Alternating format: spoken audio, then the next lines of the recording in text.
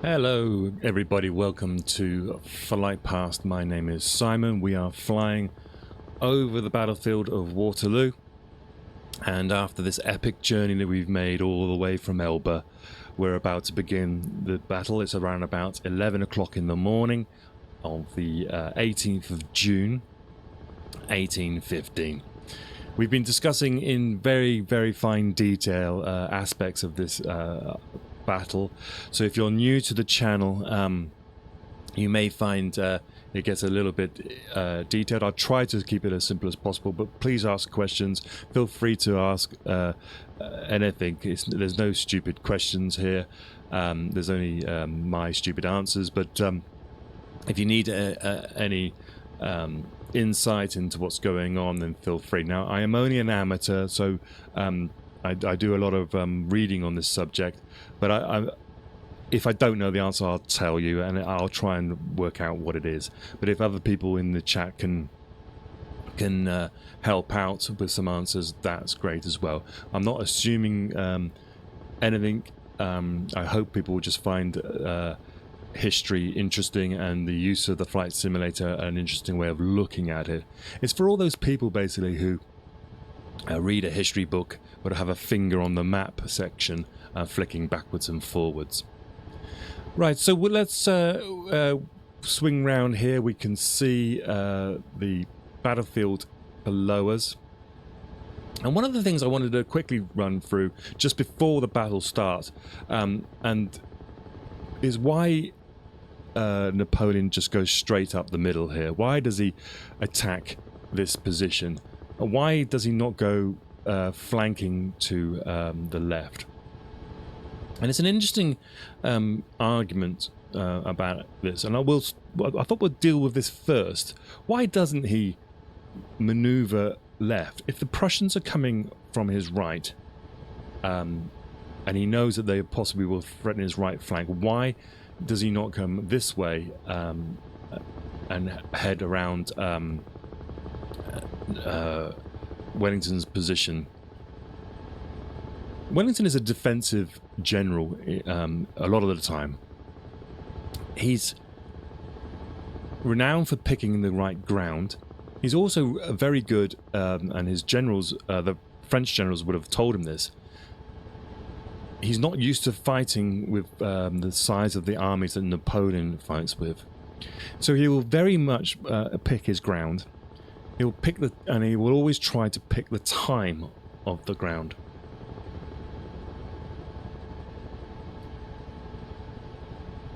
Sorry, I missed a thing. Did they have any form of aerial reconnaissance? You know, I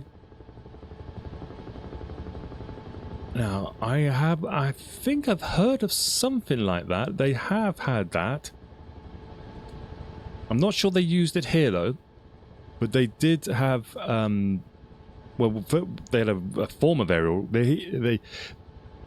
Napoleon a lot of times had his troops and engineers build him a platform so he could look out, climb it and look out. I think there is an example of a balloon one, but I don't know. But they would definitely have engineers building platforms if they couldn't quite see. I don't think this happens here at Waterloo, but it did happen at the Battle of Ligny, I believe. So there, just before the Battle of Ligny, Napoleon is at a place called Fleurus, and he has a platform built there to have a look. But I'm not sure if they would use balloons. And I'm not sure if Napoleon would go up in one for a start. But I will check that out. I don't know that. If anybody else does know that, please bung it an answer in the comments below. Thank you, Aurel42, for that. So yeah, so why doesn't he outflank him?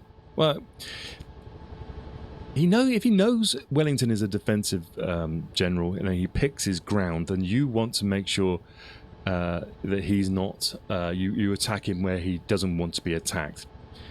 And a flanking maneuver would probably, a younger Napoleon maybe would have attempted to do it. It would have meant riding, maneuvering his army across the front of the British. But Napoleon was very good at doing this thing where he would pin an army back. So he could easily have used like de Erlon's corps to keep the British up here on this ridge here, and then move Rail and the reserve Lobau's corps this way around and come up this way to the left-hand side.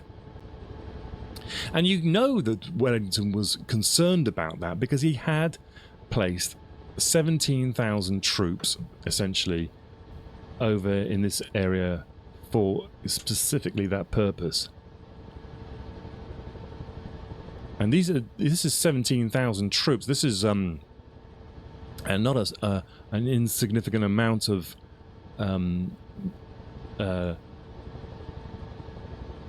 Wellington's army. It's believed that they were over here. There was an element in Brainload, but over here at Hal and Tabriz, this is where 17,000 odd troops have been posted. So what I'm trying to say is that why, if Napoleon is here and he thinks he's being threatened by the Prussians from this direction, and Napoleon has chosen his battlefield here, why has he not just come around this way to Braine-l'Alleud? Is it because of this river?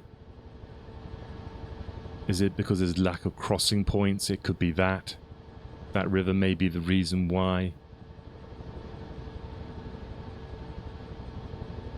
Again, anyone got any thoughts on that? Feel free to put it in the comments below.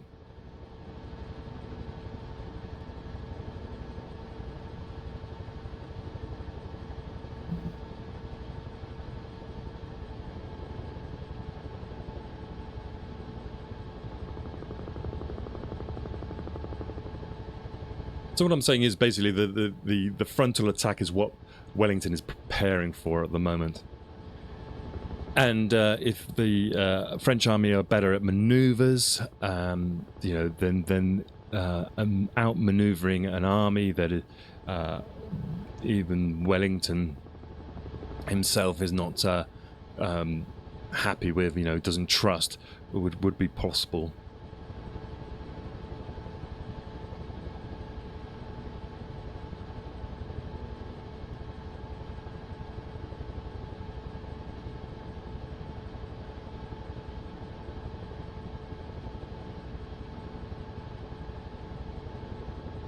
Like I say, with Wellington as well, he's more used to fighting with these smaller troops. And you saw about his philosophy of fighting when he was talking to Uxbridge in the evening before, that he doesn't know Napoleon's plan, so he doesn't know what to do. And that just shows you that he had a smaller army. He was therefore more in contact with his army. He was up front with his army. He would adapt to what was going on in front of him, and it's very much a sort of peninsular war kind of tactic, and it's one that we're going to go and look at the Peninsular War. We'll follow Wellington's journey through Portugal and Spain. And so in a certain sense then what you've got is Napoleon, by attacking this position here, is actually falling into Wellington's trap. Wellington has always fought on his terms, or tried to fight on his terms. That's why he didn't like Quatre Bras. He didn't want to commit his troops forward there. It wasn't on his terms. It wasn't on his timing. He needed to have a place where it was on his terms and his timing.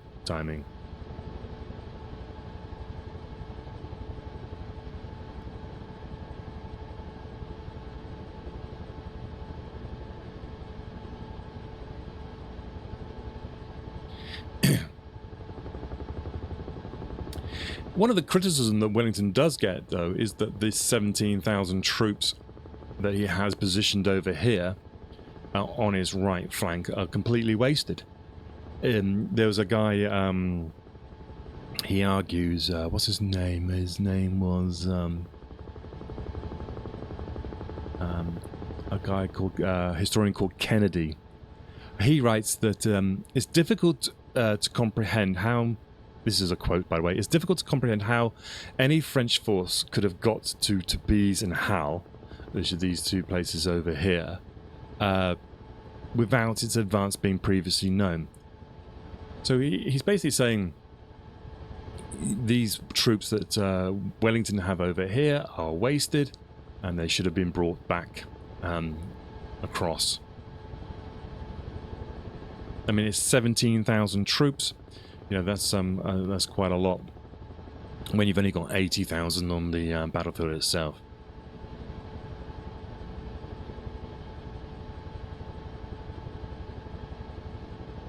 And you could argue, and people have argued, that if Wellington had been defeated, the fact that he leaves 1/5 of his army over here on his right flank, not being part of the campaign, would have been seen as the same mistake that Napoleon has done by leaving Grouchy's men, 30,000 men, over on his on Napoleon's right flank.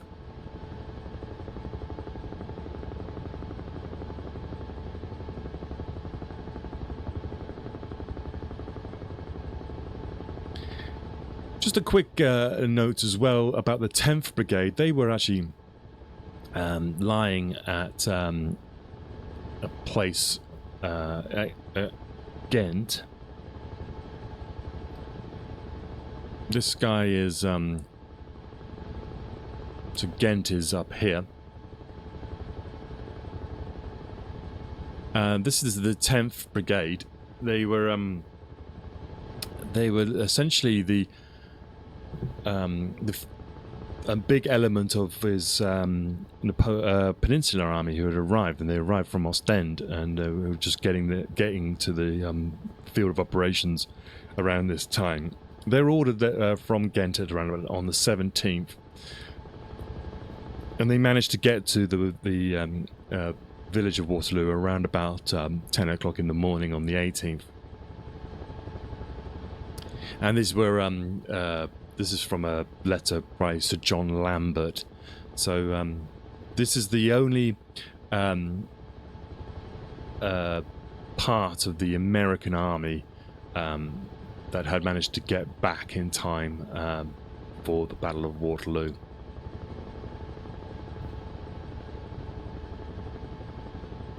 So they were kind of up here protecting the royal family, the French royal family. And just interesting little tidbit there.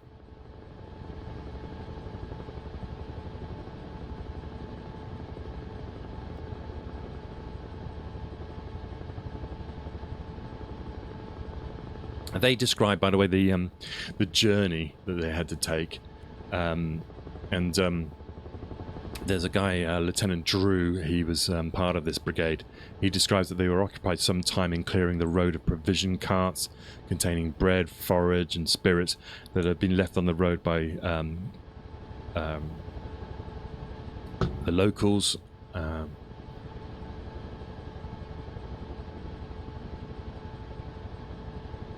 So there's all the roads are sort of clogged up on the way here. 11 o'clock then, on the 18th.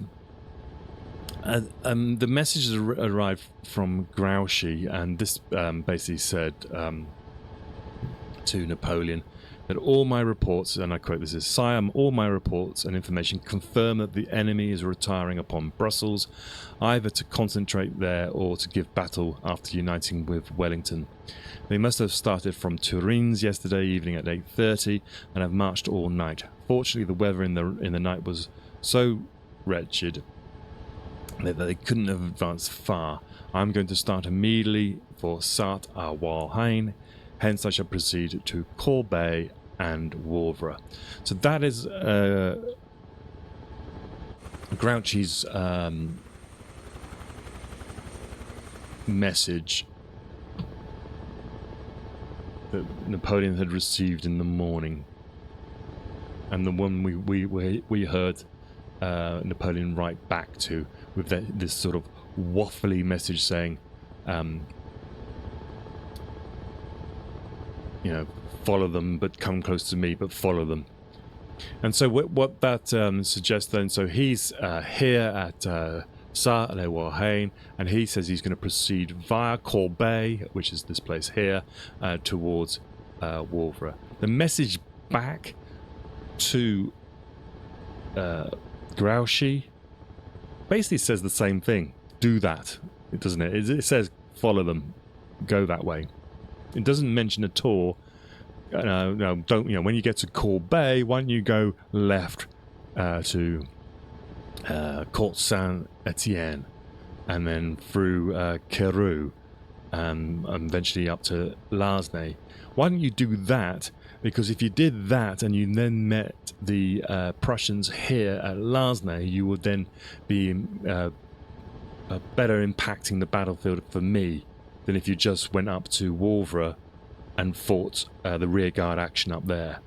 That should have been the order. That should have been, don't go to Wavre, don't bother following them, cut across here. Why does he not do that? Why does he not come through this area here and ordered him to Chapelle Saint-Lambert here? Regardless of whether Grouchy should have marched to the sound of the guns,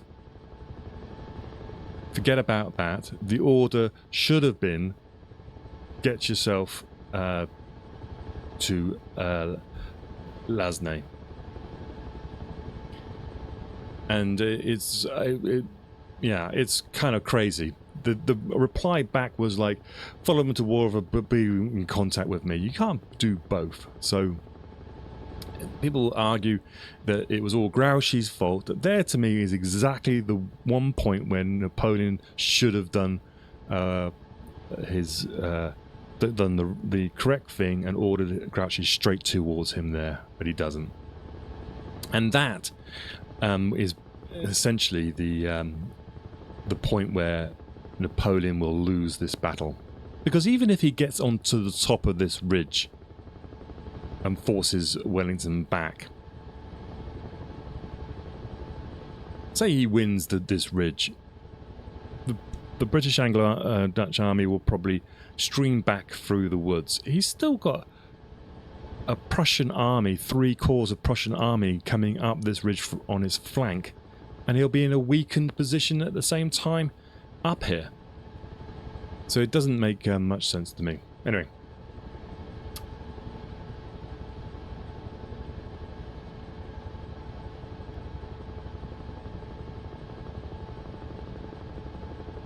Yeah, because the thing is with that dispatch from Grouchy, it's saying it should ring alarm bells. It's saying like the Prussians are at Wavre, you know.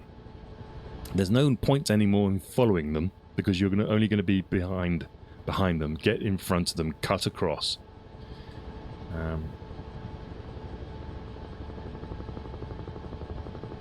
Okay. So what do we got then in terms of an army? Napoleon's believed to have something in the region of 75,000 men, probably 246 guns, so he's outgunning Wellington. He has a slight numerical advantage over, in terms of troops, over Wellington. Well, I did say Wellington had 80,000, but I think we have to discount the 17,000 that was over at Hull.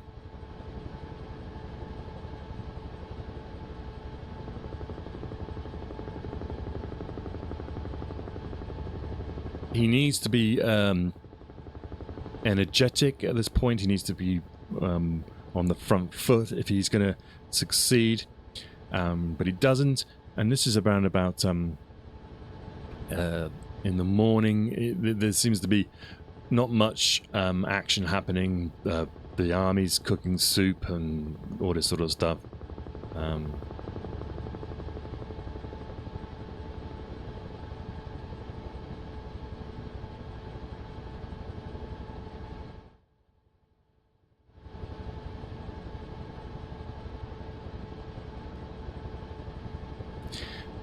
just to go back to the breakfast that he has with his his generals, and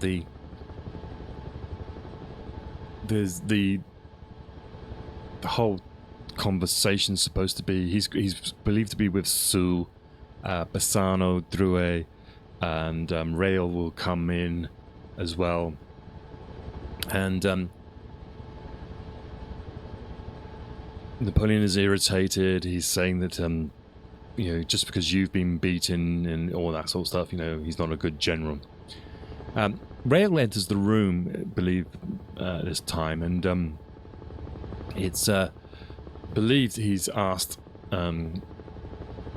by Napoleon his opinion on Wellington, and he replies back saying, well posted as Wellington knows how to post it, and attacked from the front. The English infantry are unshakable, and before attacking it with the bayonet you may expect to have the attackers brought to the ground. But the English army is less agile, less supple, less expert in manoeuvring than ours, and if we cannot beat it by direct attack, we can do so by manoeuvring. So he's saying there, there's some strengths to these British infantry, and you might want to reconsider the strengths of the French army by manoeuvring.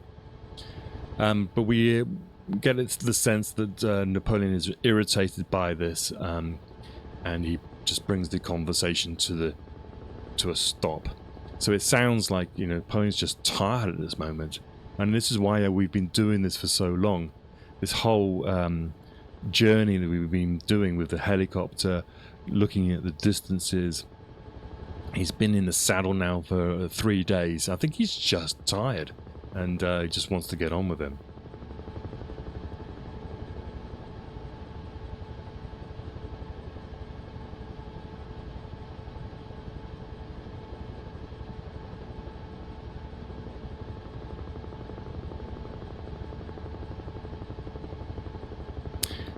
So the meeting breaks up, and Sue will write a dispatch to Grouchy, and he says, the Emperor directs me to inform you that at this moment His Majesty is about to attack the English army, which has taken up a position at Waterloo.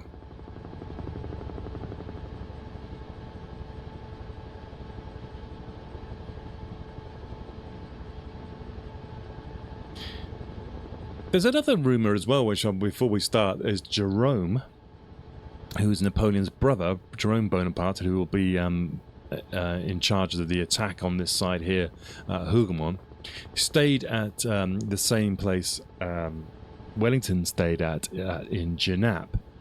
I think it was called something like L'Espagne. I think that's the name of the place anyway. And he is rumoured to have heard that the waiter there had overheard the conversation that Wellington had, or one of Wellington's aides-de-camp had, which revealed that Wellington was expecting Blucher to join forces with Wellington up here on this day. So it's not like they're not aware of this, what that could happen. But again, it's believed Napoleon refuses to believe this.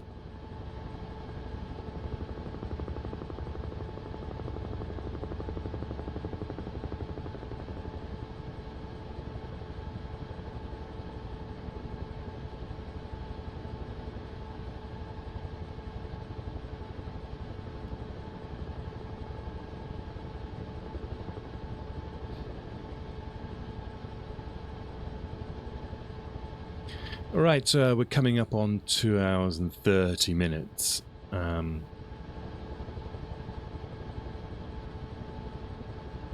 time, well, some of the reports say it's 12 o'clock. I think it depends on what who you listen to. But the first gun is fired at around about midday. Sometimes there's reports of it being around about 11 o'clock, but I think it depends on which time you're using. And so the Battle of Waterloo begins. The Emperor is ordering his guns. There's 80 guns amassed on the right-hand side of the La Belle Alliance, and they are to open up to commence the battle. And this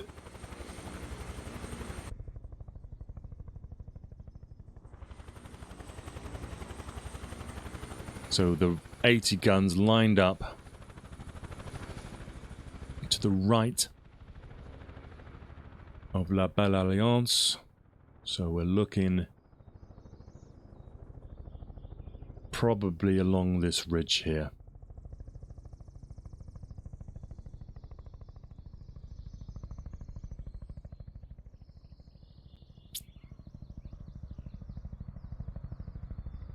So you'd pull your cannon along here, and then all along this ridge around it down here, likely to be cannon. 80 cannon.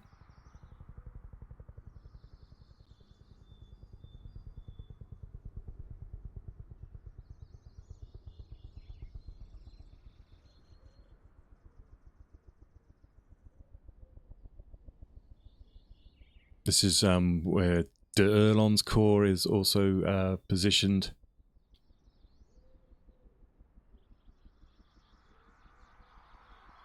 And the first attack by infantry is on the left-hand side. So over here we have rail, and the attack it was to head towards Hougoumont.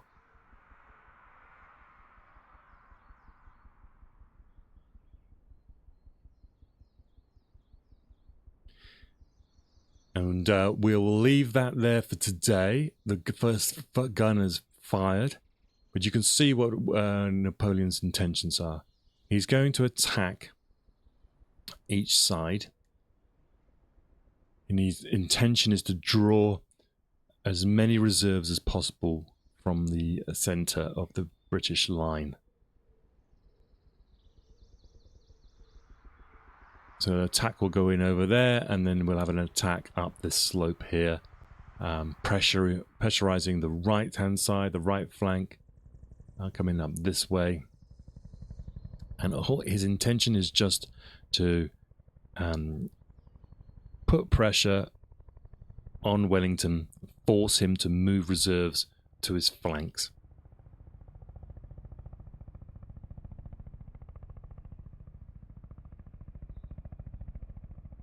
And of course, we have Blucher, who is coming across from Wavre. Now, remember, he's got a very brave move, because if he thinks he's being chased by a significant force in Grouchy, and Grouchy does. Say Grouchy had done what we said and come across to here using these roads to cut him off. He's actually now will be maneuvering his army across the face of Grouchy, but Grouchy doesn't do that. But we've got then the whole army, well, 3 corps of the army will be marching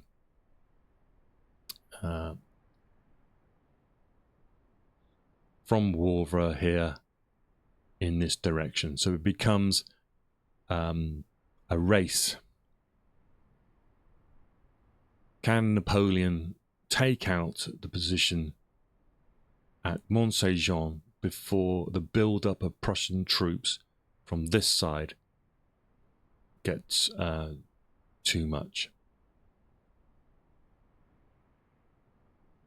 And we shall find out in the next thrilling installment.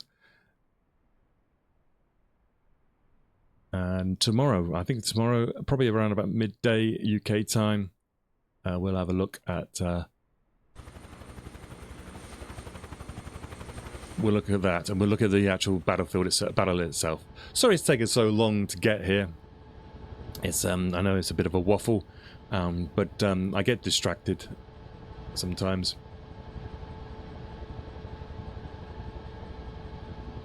Hope you've enjoyed it though, and if you have, please leave it a like and a subscribe or a follow. As I say, the follower count is around about 75 now. For some reason it wants me to get to 80. I don't know why. I don't know if that matters at all. But that would be cool. It encourages me to carry on. It's always good to see new people. Love to see the fact that 3 people subscribed on YouTube. I hope that means that you are inspired by what you see. You can see the improvements. I am going to try and improve. I am going to try and get better. But I like not editing stuff. It's nice to sort of fly live, so you can see that it's live. We're finding out things together, and you know, we can go and explore this virtual world together. Right, so tomorrow then, or in the next one, if you're on YouTube, we will be looking at the actual battle itself, and I'm going to try and run through that pretty quickly, just to speed things along, trying to keep it a little bit more of the maneuvering side, the strategic side, rather than the actual tactics. And we've seen a lot of the battlefield already, but we'll run through a quick sequence of the events. Probably take one stream of doing that, and then we will then look at we'll look at the Battle of Wavre. We'll look at the eventual chase of the French army back towards Paris. Hopefully that will means we will get this wrapped up by the end of this month. Okay, I will say thank you for watching. Good to see you, and waffle too much. I'm going. Bye.